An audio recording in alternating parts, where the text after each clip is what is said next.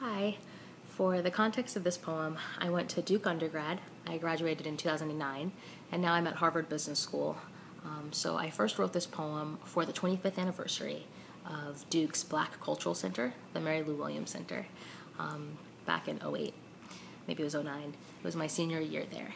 And then I reworked this poem for the African American Student Union's cultural show at Harvard Business School last fall.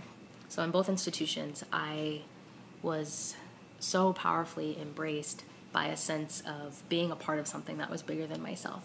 And so whether or not you've been at these institutions of learning, I think a lot of Black Americans can probably relate to that sense. And then no matter who you are, where you're from, whatever culture you're a part of, just being a part of something that is beyond your individual experience. So that's what this poem is about. It's called A Musical Memory. Ever noticed how our senses seem to store our memories? It's as though they compensate for our thoughts' forgetful tendencies. A smell can conjure up a 15-year-old image of Thanksgiving dinner, hug you into itself until you're convinced a decade just sprinted past in seconds. A touch can cause a reflex you did not expect because we act out the meanings of our rememberings, whether or not we're conscious of the lessons they've left in the lanes of our minds. A sound is like a recollection spark. A song can take us back in time. I hear the opening phrase of Beethoven's Moonlight Sonata, and I am 8 years old again. And I've just learned I have the comfortable capacity to coax crystal harmonies out of the carriage of a keyboard, nudge eighth notes along the stairways of staffs played on sheet music, shatter stereotypes with every classical masterpiece I collect into the cups of my fingertips. When I was 17, I discovered how easily wisdom explored itself inside my spoken rhythms. You could say words are my fancy. They're my weapon of choice. Some say they don't want to fight me unless they've stolen my voice. When I was in college, I found one focal point of my community was a beautiful baby grand piano in the Black Cultural Center, where I was embraced by walls of black and white portraits of black and white faces. Sometimes there was a gospel choir surrounding the couches on my left.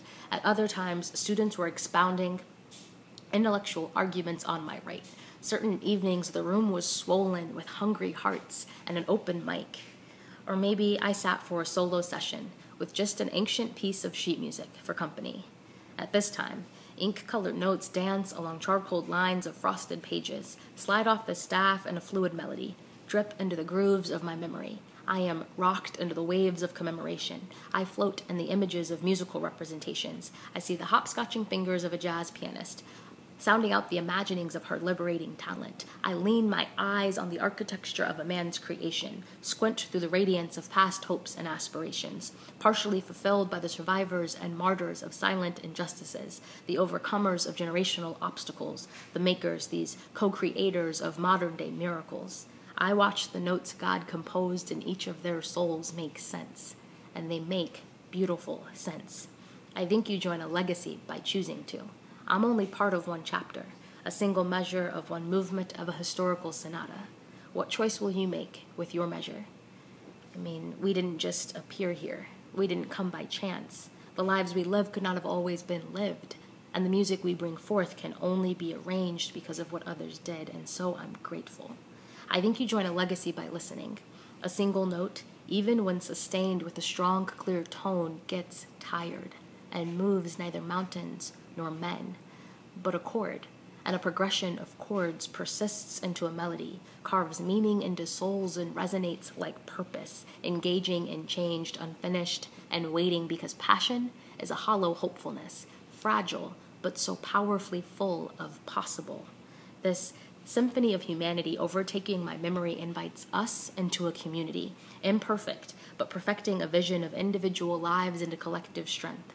So today, will you soldier yourself strongly in this present? Let your mouth sound out old words of hard-fought tradition. Let your mind resist temptation to live in society's popular generalizations and consider the complexity common to our culture's identity, granting permission to form our future into a timeless birthing place as each of our melodies mix into a harmony surpassing our own intentions.